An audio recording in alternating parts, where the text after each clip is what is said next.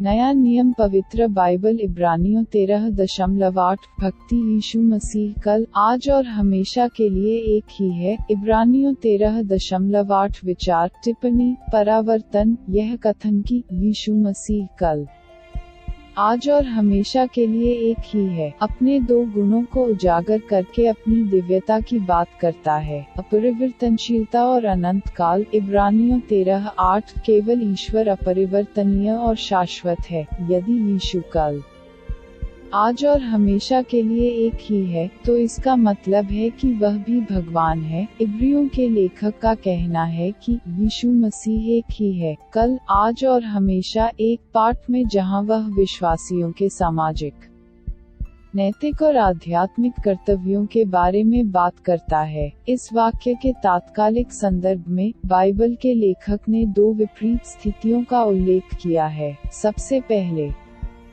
वह उन नेताओं के अच्छे उदाहरण के बारे में बात करता है जिन्होंने लोगों को परमेश्वर का वचन सिखाया, इब्रानियों 13:7। फिर वह विश्वासियों को उन झूठे नेताओं की कार्रवाई के खिलाफ चेतावनी देता है जो चर्च में अजीब सिद्धांतों और रीति रिवाजों को घुसपैठ करने की कोशिश करते हैं, इब्रानियों 13:9।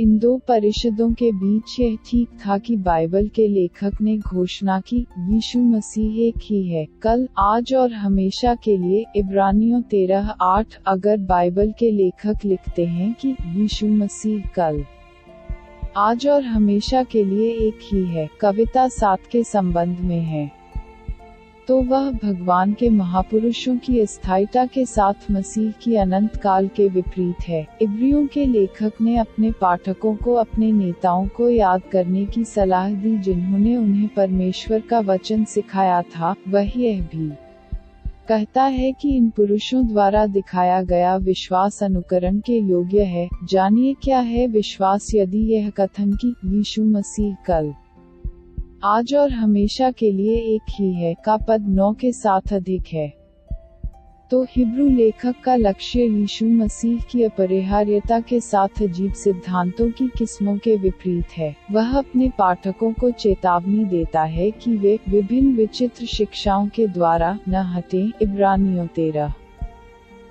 उस समय झूठे शिक्षक चर्च में अजीब सिद्धांतों को पेश करने की कोशिश करने के लिए समर्पित थे। सामान्य तौर पर इन सभी सिद्धांतों का उद्देश्य मसीह के व्यक्ति पर हमला करना था। इन सिद्धांतों ने उसकी दिव्यता और मानवता को अस्वीकार कर दिया और उसके निवारण कार्य की पर्याप्तता को चुनौती दी। इसलिए इस नए नियम के पत्र के लेखक की चिंता, इसलिए वह अपने पाठकों को सिखाता है कि इन अजीब सिद्धांतों को अस्वीकार करना पड़ा। ऐसा इसलिए क्योंकि उनका यीशु मसीह के व्यक्ति से कोई लेना देना नहीं था। वह कल, आज और हमेशा के लिए वही है। यह कथन कि यीशु मसीह एक ही है, कल, आज और हमेशा, स्पष्ट रूप से अतीत, वर्तमान और भविष्य को समाहित करता है। यही कारण है कि कई टिप्पणीकार इस प्रकार कल, आज और हमेशा के समय अनुक्रम की व्याख्या करते हैं। पहला,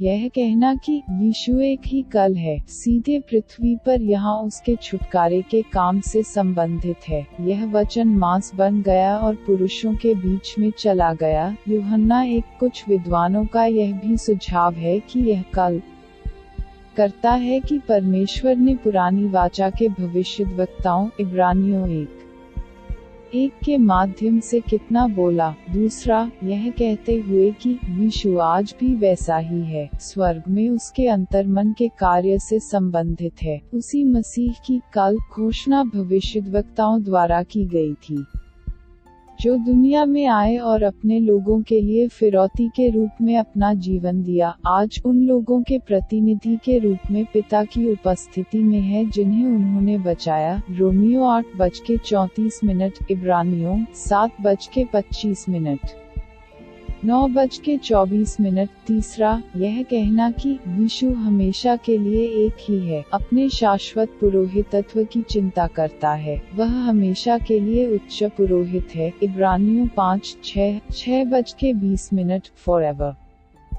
1-2 फॉरएवर, विश्वास की स्वीकारोक्ति। मैं अपने पाप को स्वीकार करता हूँ और उसकी क्षमा मांगता हूँ, और मुझे सभी निंदा से उद्धार करता हूँ।